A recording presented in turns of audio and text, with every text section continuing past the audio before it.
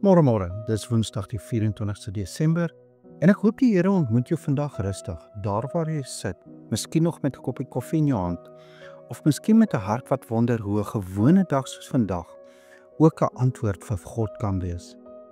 Vandag is Ou Kersdag en ons is op Kersfees se drempel, daardie plek waar alles al klaar reg staan, waar geskenke al reg lê, waar mense begin aankom en waar 'n mens maklik net saam met die stroom beweeg. Dis 'n mooi tyd, maar ek wil hê jy moet vandag vir 'n oomblik stadiger raak, want daar is een eenvoudige vraag wat die hart van Kersfees oopmaak, as jy dit eerlik toelaat. Watter geskenk kry Jesus? Ons gee so maklik geskenke vir kinders, vir familie en vriende, en ons maak planne sodat almal iets het. Maar dink net hoe dit sou voel as dit jou verjaarsdag is en mense kom bymekaar. Daar is kos en lag en gesels, maar elke gas kry 'n geskenk en jy sit daar sonder een. Alles gebeur rondom jou, maar niks is regtig vir jou nie. Dis 'n ongemaklike gedagte en tog is dit soms hoe Kersfees kan raak, want ons vier sy dag, maar ons vergeet sy hart.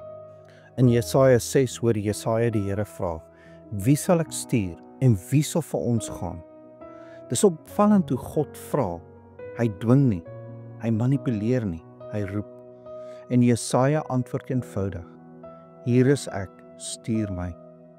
Daardie antwoord is nie 'n indrukwekkende toespraak nie, dis 'n oop hand, dis beskikbaarheid, dis 'n hart wat sê, Here, ek bring nie 'n plan nie, ek bring myself.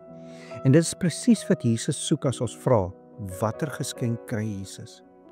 Romeine 12 sê dit op 'n manier wat jou hele lewe raak. Want dit vermaan ons om ons liggame te stel as 'n lewendige heilige en aan God 'n welgevallige offer. En dit noem dit as ons redelike godsdiens. Dit beteken jou gewone lewe, jou besluite, jou woorde, jou reaksies, jou tyd, jou gesin, jou geld, jou gedagtes, jou hart. Dit alles word die plek waar jy vir God 'n geskenk bring. Nie om hom te koop nie, maar omdat hy jou klaar gekoop het met die bloed van Christus. En hier is die balans wat Kersfees bring, want God vra nie eers vir jou voordat hy gee nie, want God het eers self gegee. Hy het sy seun gestuur. Jesus het nie net gekom tot by die krib nie, maar hy het gekom tot by die kruis, sodat jy kan weet, redding is nie iets wat jy verdien nie, maar iets wat jy vrylik ontvang. En daarom is jou antwoord nie skuld nie, maar liefde. Vandag wil ek jou vra, is daar plek vir Jesus in jou fees? Nie net in jou woorde nie, maar in jou hart en in jou hele lewe. As jy vandag vir hom 'n geskenk wil bring, begin waar Jesaja begin het, met 'n eenvoudige oorgawe. Here, hier is ek. Kom ons bid saam. Here onsse God, dankie vir u ontferminge wat ons dra. En dankie vir Jesus wat u gestuur het om ons te red.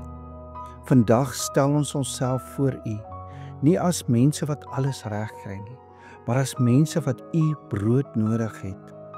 Vernuwe ons gemoed, sodat ons nie aan hierdie wêreld gelykvormig word nie, maar verander word, sodat ons u goeie en welgevalle en volmaakte wil kan beproef en daarin kan wandel. Here, neem ons harte, neem ons lewens, neem ons fees en maak dit heilig, omdat Jesus in die middel is. Ons bid dit in die naam van Jesus ons Verlosser. Amen. En onthou, jy is dalk die Bybel wat iemand vandag moet ontmoet. As jy Jesus nog nie ken nie, wil ek jou vandag nooi om na hom toe te kom, want God het homself reeds verbind om te red, en Jesus het klaar die prys betaal. En as jy hom ken, bly naby hom, rus in sy genade en laat jou lewe vandag jou antwoord wees. Ek hoop jy het 'n geseënde Woensdag en 'n Christusfees wat weer leef, omdat Jesus werklik plek kry in jou hart.